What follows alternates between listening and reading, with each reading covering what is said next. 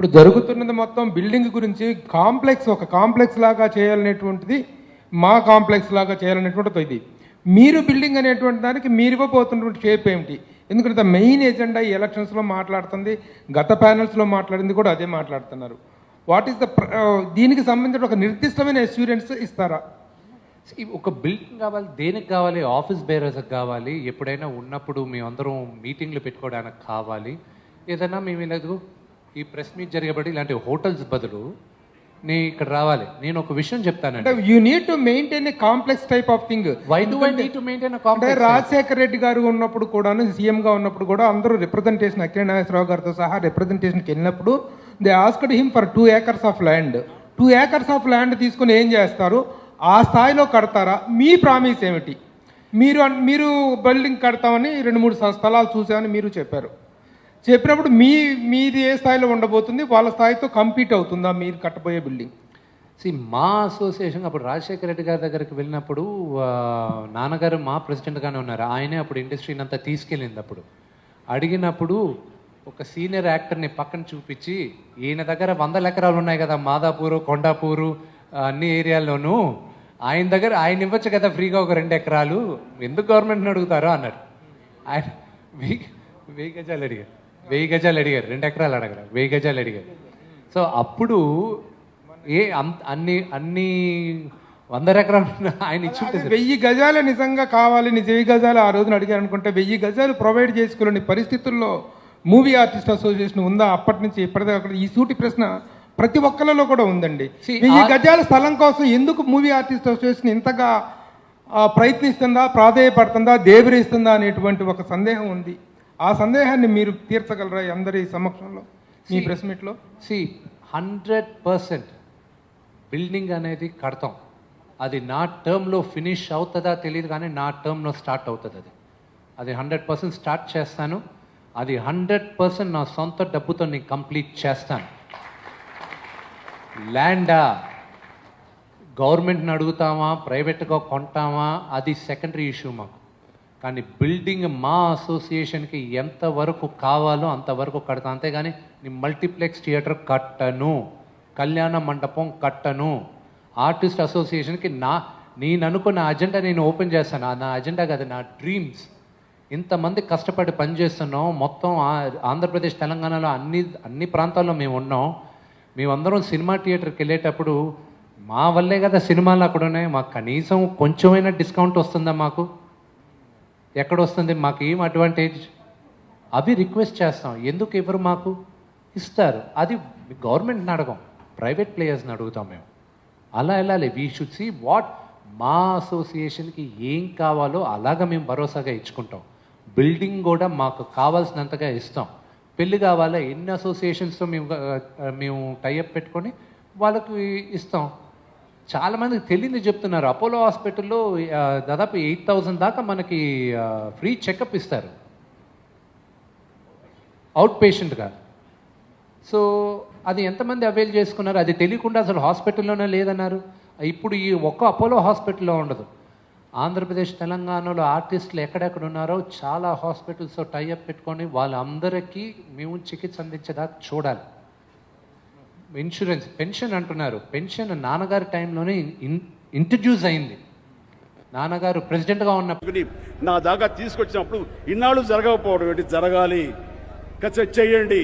దీని వెనకాల ఎంత ఖర్చు అయినా ఏవైనా సరే ఎంతో కొంత నా వంతు బాధ్యతగా నేను ఉంటాను, అలాగే నా ప్రెజెన్స్ ఉంటానని చెప్పేసి ఈ రోజు నేను అమెరికా వెళ్లాల్సింది కాదని ఆ రోజే నేను 3 days పోస్ట్పోన్ చేసుకుని దీనికోసం ఉన్నాను. ఎందుకంటే అమెరికా ఎప్పుడైనా వెళ్ళొచ్చు, కానీ ఇలాంటి పండుగలకు ఒక భరోసా ఇచ్చేలాగా మీతో పాటు నేను ఒక కార్మికుడిని, మీతోనే ఉంటాను, మీ కార్మికుల సమస్యలకు ఎప్పుడు నేను ముందుంటాను అని చెప్తూ, మాటలే కాదు లిప్ సర్వీసే కాదు చేయూతను అందించి ముందు ఉండేలాగా ఉండాలన్నది నా సిన్సియర్ నిజాయితీ. అంటే బయట కార్మికులకి మన సినిమా కార్మికులకి ఉన్న తేడా ఒకటి గమనించాలి.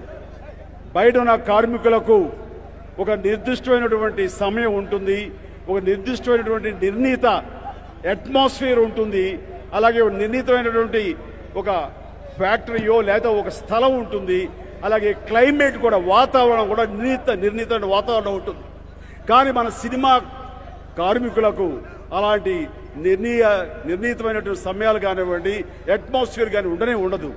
వాళ్ళు ఈ రోజున ఎడారిలో ఎండలో పనిచేస్తారు, అలాగే మంచు కొండల్లో వాళ్ళు చలికి వణుగుతూ పనిచేస్తారు, అడవుల్లో ఉంటారు, రాత్రి పనిచేస్తారు, పగలు పనిచేస్తారు. ఇట్లా సమయాలు ఏమీ లేదు. ఒకసారి కుటుంబాన్ని వదిలేసుకోవాలి. పండగలు ఉండవు, పబ్బాలు ఉండవు, ఆదివారాలు ఉండవు. ఆ రకంగా ఎంతైనా కష్టపడే వాళ్ళు ప్రపంచంలోనే సినీ కార్మికులు అని గంటపదం చెప్పగలను. ఎందుకంటే దగ్గరుండి చూస్తున్నారు. నన్ను కూడా స్వర్గీయ రావు గోపాలరావు గారు ఒక మాట అంటున్నారు, అయ్యా అల్లుడు గారు, మీరు కళాకారులు కాదండి, కళా కార్మికులు అంటుండేవారు. అలా ఒళ్ళు హోనం చేసుకుని ఫైట్లు, డాన్సులు, రాత్రనక పగలనక పండగలు పబ్బాలు ఏమి కాకుండా చేస్తున్నటువంటి నన్ను చూసి ఆయన అన్న మాట, ఆయన ఇచ్చిన కితాబు, ఎస్, అది మనస్ఫూర్తిగా తీసుకుంటాను. నేను కార్మికులమే. ఇక్కడ కార్మికులు అంటే ఈ 24 క్రాఫ్ట్స్లో ఉన్నవాళ్ళు మాత్రమే కాదు, ఈ 24 క్రాఫ్ట్స్ ఎవరి కోసమైతే పనిచేస్తున్నాయో అలాంటి డైరెక్టర్లు కానివ్వండి, మిగతా నటీనటులు కానివ్వండి, అందరూ కూడా ఇక్కడ కార్మికులే. అంటే ఒక్కోసారి నేను స్వయంగా చూశాను. ఒక సినిమా షూటింగ్లో కారుని గాల్లో లేపుతారు. ఆ కారులో నూతన్ ప్రసాద్ గారు ఉంటారు, రాజేంద్ర ప్రసాద్ ఉంటారు. ఆ కారు వైర్లు తెగిపోయి కింద పడిపోయిన క్షణాన నడువంతా కలిసి నుజ్జు అయిపోయి నడవలేని పరిస్థితిలో ఆయన పడిపోయారు. హాస్పిటల్లో ట్రీట్మెంట్ తీసుకున్నారు నూతన్ ప్రసాద్ గారు.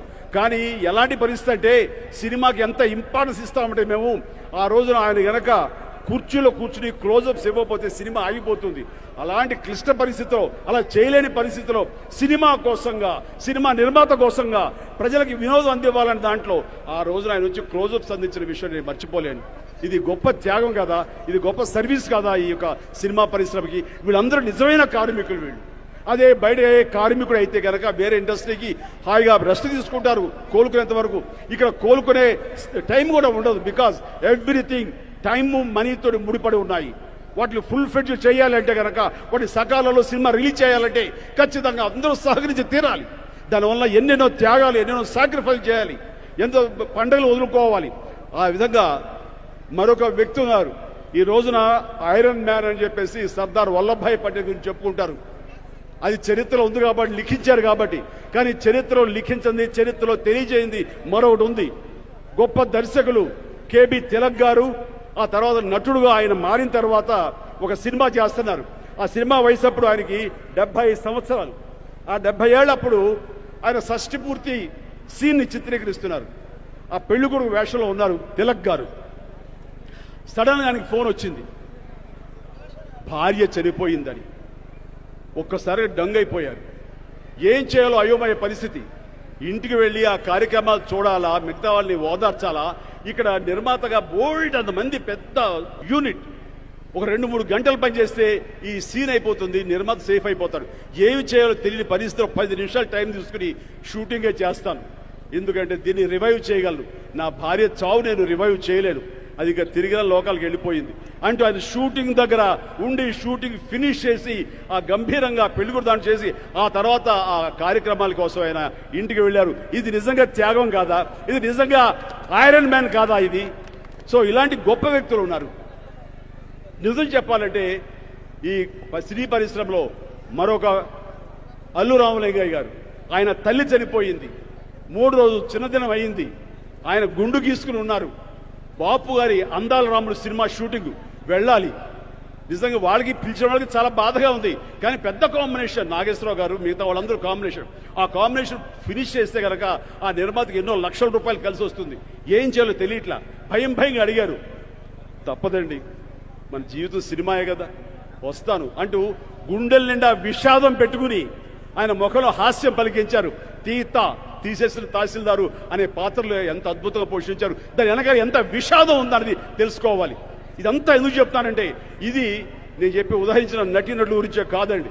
ఇక్కడ ఉన్న ప్రతి ఒక్క కార్మికుడు, ప్రతి ఒక్క డాన్సరు, ప్రతి ఫైటరు, ప్రతి జూనియర్ ఆర్టిస్ట్, ప్రతి ఒక్కళ్ళు కూడా వాళ్ళ ఇంట్లో బాధలు పెట్టుకుని, గుండెల్ని విషాదం పెట్టుకుని ఒక్కొక్కసారి షూటింగ్ వచ్చి డైరెక్టర్లకు చెప్పగానే ఆ అరవటాలు, కేకలు వేయటాలు, సంతోషం వ్యక్తం చేయటాలు ఇవన్నీ జరుగుతుంటాయి.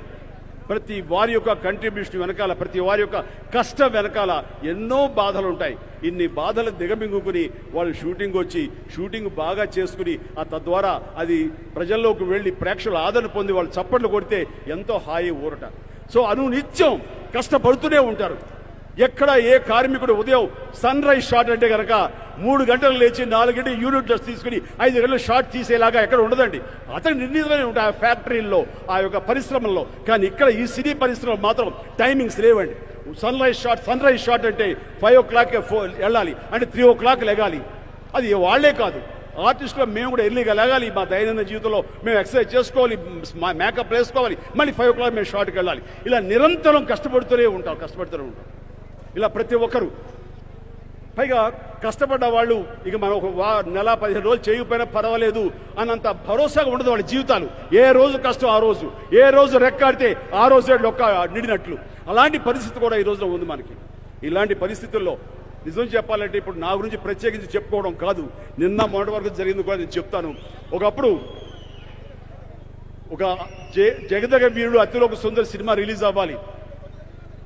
లాస్ట్ సాంగ్ సినిమా డేట్ పెట్టుకున్నారు. నాకు 104 మలేరియా జ్వరం, ఏమి చేయలేని పరిస్థితి, లెగలేని పరిస్థితి, ఒళ్ళు నొప్పులు. ఆ 103, 104 జ్వరంలో శ్రీదేవితోటి నేను డాన్స్ వేసానంటే ఎంత కష్టం అంటే అంతా ఇంత కాదు. ఆ సాంగ్లో కొన్ని షార్ట్స్ నన్ను కూడా తీసేసారు లెగలేని పరిస్థితిలో.